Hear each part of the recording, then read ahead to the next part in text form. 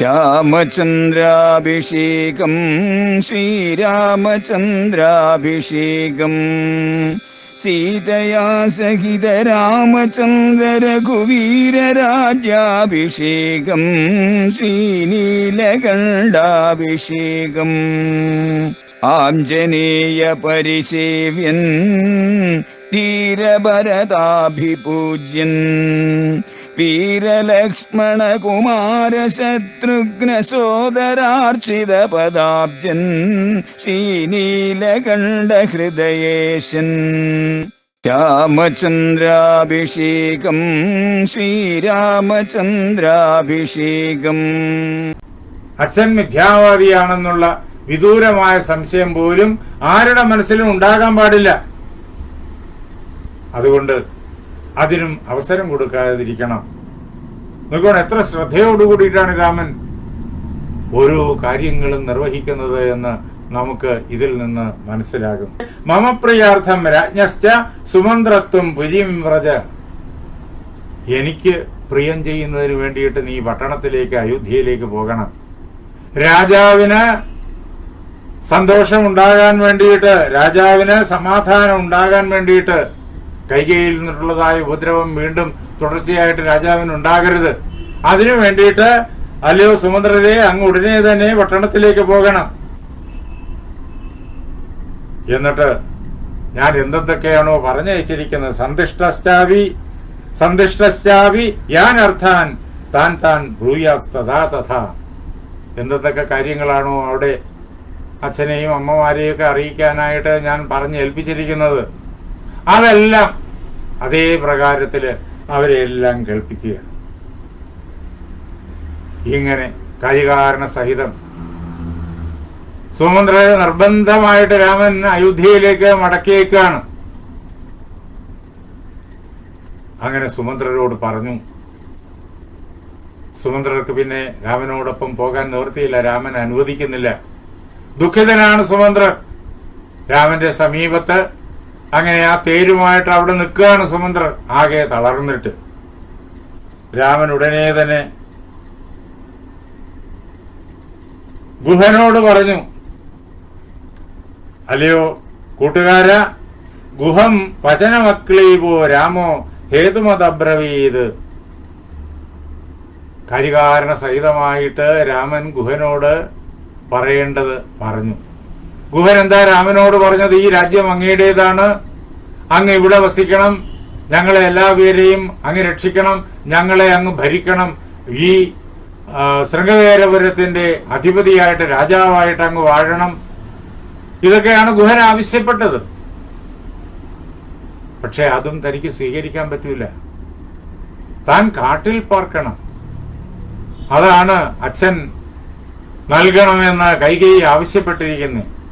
അത് അതേപോലെ തന്നെ സംഭവിക്കണം. അതിൽ ഒരു ചെറിയ മാറ്റം പോലും വരുത്താൻ പാടില്ല. അതുകൊണ്ട് മനുഷ്യര് ഉള്ള സ്ഥലങ്ങളിൽ തനിക്ക് പാർക്കാൻ പാടില്ല. കാട്ടിനുള്ളിൽ മാത്രമേ പാർക്കാൻ പാടുള്ളൂ. അവിടെ ഋഷിമാർ വസിക്കുന്ന അവരുടെ ആശ്രമങ്ങളിൽ തനിക്ക് വസിക്കാം. നഗരത്തിലെയോ ഗ്രാമത്തിലെയോ മനുഷ്യരെ പോലെയല്ല ഋഷിമാര്. അവരുടെ പരസ്പരമുള്ള പെരുമാറ്റവും ആ പ്രകാരത്തിലല്ല. അവരെല്ലാം തപസ്സിൽ ലീനരാണ്. അത് തപോവനമാണ്. അവിടെ വേണമെങ്കിൽ ആകാം. പക്ഷേ ഗ്രാമങ്ങളിലോ നഗരങ്ങളിലോ പാടില്ല. നമ്മൾ ഇനി കാണും, കിഷ്കിന്ധാപുരിയിലെ സുഗ്രീവന്റെ അഭിഷേകം നടത്തിക്കുന്നത് ലക്ഷ്മണനെ അയച്ചിട്ടാണ്. രാമൻ കിഷ്കിന്ധയിലേക്ക് പോയില്ല. അതേപോലെ ലങ്ക ജയിച്ചു കഴിഞ്ഞതിന് ശേഷം ലങ്കാപുരിയിലെ സിംഹാസനത്തിൽ വെച്ച് വിഭീഷണന് രണ്ടാമതും അഭിഷേകം നടത്തുന്നുണ്ട്. ആദ്യം സമുദ്രതീരത്ത് വെച്ച് വിഭീഷണനെ ലങ്കാധിപനായിട്ട് അഭിഷേകം കഴിച്ചു. വിഭീഷണ ശരണാഗതിയുടെ സന്ദർഭത്തില് രാവണ നിഗ്രഹത്തിന് ശേഷം വിഭീഷണനെ ലങ്കയിൽ വെച്ച് അഭിഷേകം നടത്തുകയാണ്. രാമൻ പോയില്ല ലങ്കയിലേക്ക്. ഒരു നഗരത്തിലും പ്രവേശിക്കില്ല, ഒരു ഗ്രാമത്തിലും പ്രവേശിക്കില്ല രാമൻ 14 വർഷം തികയുന്നത് വരെ. 14 വർഷം തികയുന്ന അന്ന് രാമൻ അയോധ്യയിൽ മടങ്ങി എത്തണം എന്നാണ് ഭരതൻ പറഞ്ഞിരിക്കുന്നത്. അടുത്ത പുലരിയില് രാമൻ അയോധ്യയിൽ പ്രവേശിക്കണം. അതാണ് 14 വർഷം തികഞ്ഞാൽ അടുത്ത പുലരിയിൽ രാമൻ പ്രവേശിക്കും നഗരത്തിൽ. എവിടെ? അത് അയോധ്യയിലാണ്, വേറെങ്ങുമല്ല. ആരോടൊപ്പം? ഭരതനോടൊപ്പമാണ്. അങ്ങനെ രാമൻ പ്രവേശിക്കുള്ളൂ നഗരത്തില്. അതല്ലാതെ വേറൊരു നഗരത്തിലും പ്രവേശിക്കില്ല. താൻ നേടിയെടുത്ത്, യുദ്ധം ചെയ്ത് നേടിയെടുത്തതാണ് ലങ്ക. പക്ഷേ അതിന്റെ യഥാർത്ഥ അവകാശിക്ക് അത് കൊടുത്തു. ആ അവകാശിയെ പട്ടാഭിഷേകം കഴിക്കാൻ പോലും ലങ്കയിൽ പ്രവേശിച്ചില്ല. വാനരങ്ങളെയും സുഗ്രീവനെയും ലക്ഷ്മണനെയും അങ്ങോട്ട് അയച്ചു പട്ടാഭിഷേകം നടത്താനായിട്ട്. അതാണ് രാമന്റെ നിഷ്ഠ. അതാണ് രാമൻ ഇവിടെ ഗുഹനോടും പറയുന്നത്.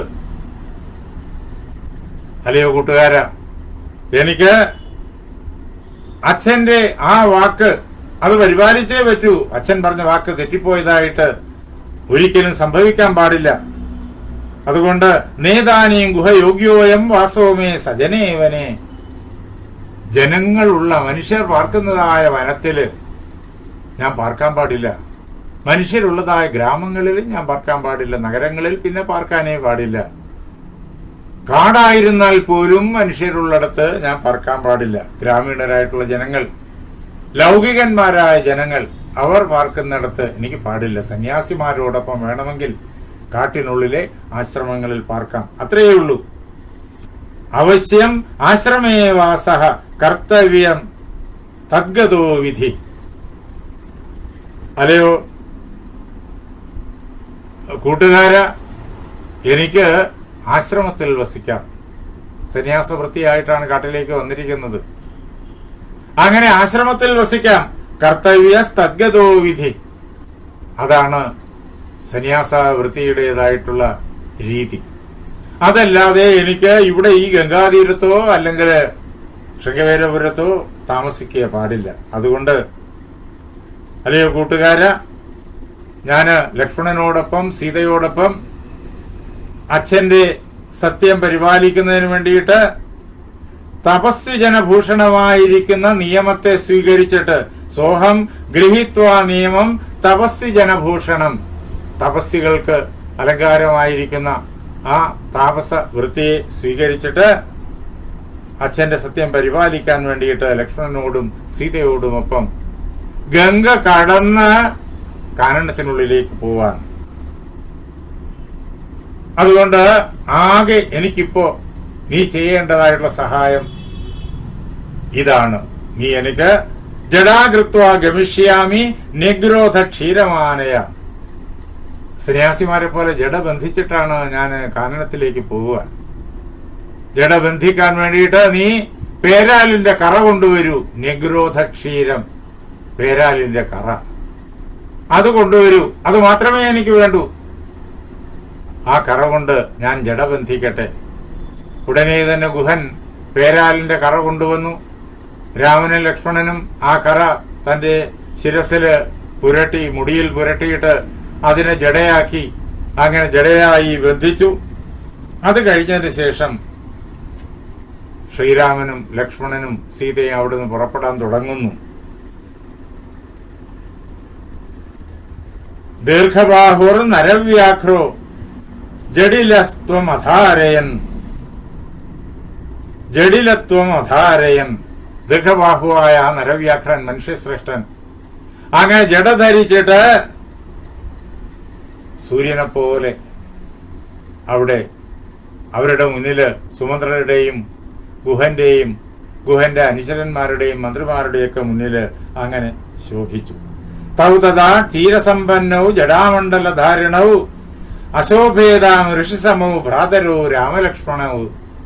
അങ്ങനെ ആ രണ്ടുപേരും, രാമനും ലക്ഷ്മണനും, അവര് മരൗരി ധരിച്ചിട്ടുണ്ട്, ജഡ ധരിച്ചിട്ടുണ്ട്.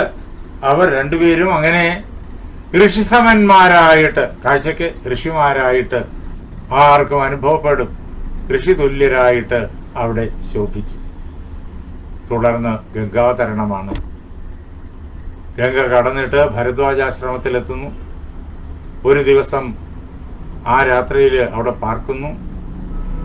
അടുത്ത പുലരിയിൽ അവിടെ നിന്നിട്ട് ഭരദ്വാജന്റെ അനുഗ്രഹത്തോടുകൂടി അവിടെ നിന്നിട്ട് കാനനത്തിലൂടെ യാത്ര ചെയ്ത് യമുനാ നദി കടന്ന് അവർ ചിത്രകൂടത്തിൽ എത്തിച്ചേരുന്നു.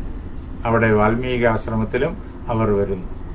നാളെ രാത്രി 8:30 നമുക്ക് ഒരുമിച്ച് കൂടാം. നാളെ ശ്രീരാമചന്ദ്ര മഹാപ്രഭു ലക്ഷ്മണനോടൊപ്പം സീതാദേവിയോടൊപ്പം ചിത്രകൂടത്തിൽ എത്തി പാർക്കും.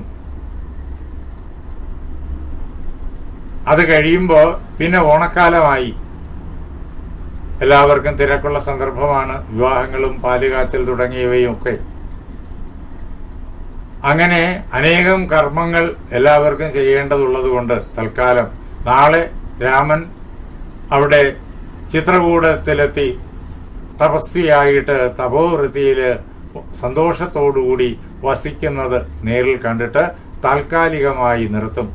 അത് കഴിഞ്ഞ് കുറച്ച് നാളിന് ശേഷം വീണ്ടും വാൽമീകി രാമായണം ആരംഭിക്കും. എന്ന് മാത്രമല്ല, ഗീതാഭാരതം അതും നമുക്ക് പിന്തുടരേണ്ടതുണ്ട്. രാമായണവും മഹാഭാരതവും ഭാരതീയ സംസ്കൃതിയെ നമുക്ക് കാണിച്ചു തരുന്ന, പഠിപ്പിച്ചു തരുന്ന, അനുഭവപ്പെടുത്തി തരുന്ന രണ്ട് മഹാഗ്രന്ഥങ്ങളാണ്, ഇതിഹാസ ഗ്രന്ഥങ്ങളാണ്. ഇതിന് സമാനമായി ഈ പ്രപഞ്ചത്തിൽ വേറെ ഒരു ഗ്രന്ഥവും ഇല്ല. അപ്പോൾ നമുക്ക് ഗീതാഭാരതത്തിലേക്കും ചെല്ലേണ്ടതുണ്ട്. അങ്ങനെ നാളെ ചിത്രകൂടത്തിൽ രാമനെ കണ്ടിട്ട് നമുക്ക് താൽക്കാലികമായി ഈ വാൽമീകി രാമായണ ചിന്തനം ഇവിടെ നിർത്താം. ഓണം കഴിഞ്ഞ് കുറേ നാൾ ചെല്ലുമ്പോഴേക്കും ഗീതാഭാരതം, അത് കഴിഞ്ഞാൽ വീണ്ടും വാൽമീകി രാമായണം. അങ്ങനെ ചെയ്യാനായിട്ട് നമുക്ക് ഭഗവാൻ തന്നെ അനുഗ്രഹം തരട്ടെ. എൻ്റെ വാക്കുകളാകുന്ന പൂജാപുഷ്പങ്ങൾ പാർവതീ പരമേശ്വരന്മാരുടെ പാദങ്ങളിൽ, ശ്രീരാമസീത ആഞ്ജനേയന്മാരുടെ പാദങ്ങളിൽ, എൻ്റെ ഗുരുനാഥനായ ജഗദ്ഗുരു സ്വാമി സത്യാനന്ദ സരസ്വതി പാദങ്ങളിൽ, എൻ്റെ പരമഗുരുവായ ബ്രഹ്മശ്രീ നീലകണ്ഠ ഗുരുപാദരുടെ പാദപങ്കജങ്ങളിൽ, നിങ്ങൾ ഓരോരുത്തരുടെയും മഹാഗുരുവിൻ്റെ പാദപത്മങ്ങളിൽ ഈ പവിത്രമായിരിക്കുന്ന ഇതിഹാസകാവ്യം നമുക്ക് നൽകി അനുഗ്രഹിച്ച വാൽമീകി മഹർഷിയുടെ പാദപങ്കജങ്ങളിൽ ആ ധന്യമായ സങ്കല്പം കൊണ്ട് പവിത്രമായിരിക്കുന്ന നിങ്ങളുടെ ഹൃദയങ്ങളിൽ പൂജാപുഷ്പങ്ങളെന്നോണം സമർപ്പിച്ചുകൊള്ളുന്നു. ജയ് സീതാറാം.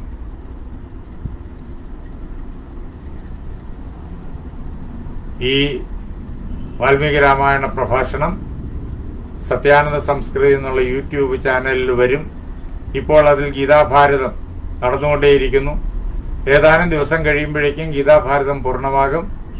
വാൽമീകി രാമായണത്തിൻ്റെ വീഡിയോസ് അതിനകത്ത് വന്നുകൊണ്ടേയിരിക്കും. എല്ലാവരും സത്യാനന്ദ സംസ്കൃതിയിലേക്ക് വരണം, യൂട്യൂബ് ചാനലിലേക്ക് വരണം, അത് സബ്സ്ക്രൈബ് ചെയ്യണം.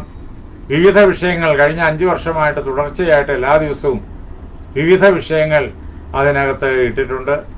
അതെല്ലാം കാണണം, കേൾക്കണം. ആ വിഷയങ്ങളെല്ലാം നമ്മുടെ വേദാന്തശാസ്ത്രവുമായിട്ടും സംസ്കാരവുമായിട്ടും ഇതിഹാസ പുരാണ ഗ്രന്ഥങ്ങളുമായിട്ടും ബന്ധപ്പെട്ടതാണ്. അതെല്ലാവരും കേൾക്കണമെന്ന് അഭ്യർത്ഥിക്കുന്നു. സത്യാനന്ദ സംസ്കൃതി എന്നുള്ള യൂട്യൂബ് ചാനൽ സബ്സ്ക്രൈബ് ചെയ്യണമെന്ന് അഭ്യർത്ഥിക്കുന്നു. എല്ലാവർക്കും എൻ്റെ നമസ്കാരം.